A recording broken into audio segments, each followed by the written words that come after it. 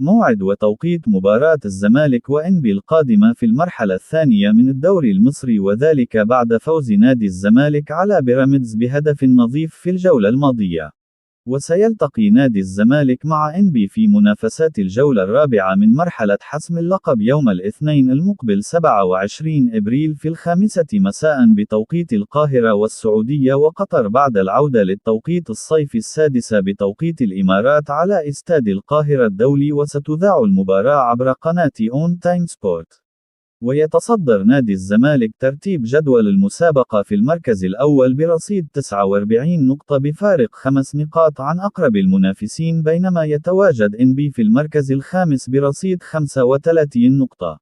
وسيلتقي نادي الزمالك بعد مباراة إنبي القادمة مع النادي الأهلي في مواجهة قوية في منافسات الجولة الخامسة من مرحلة حسم اللقب يوم الجمعة 1 من شهر مايو المقبل. وتعادل إنبي مع المصري البورسعيدي بهدفين لكل فريق في الجولة الثالثة من الدوري المصري قبل مواجهة نادي الزمالك القادمة.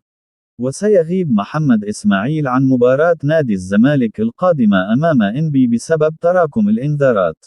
ويسعى نادي الزمالك للفوز في المباراة القادمة لمواصلة الانفراد بصدارة ترتيب المسابقة والاقتراب خطوة جديدة من حسم اللقب لهذا الموسم.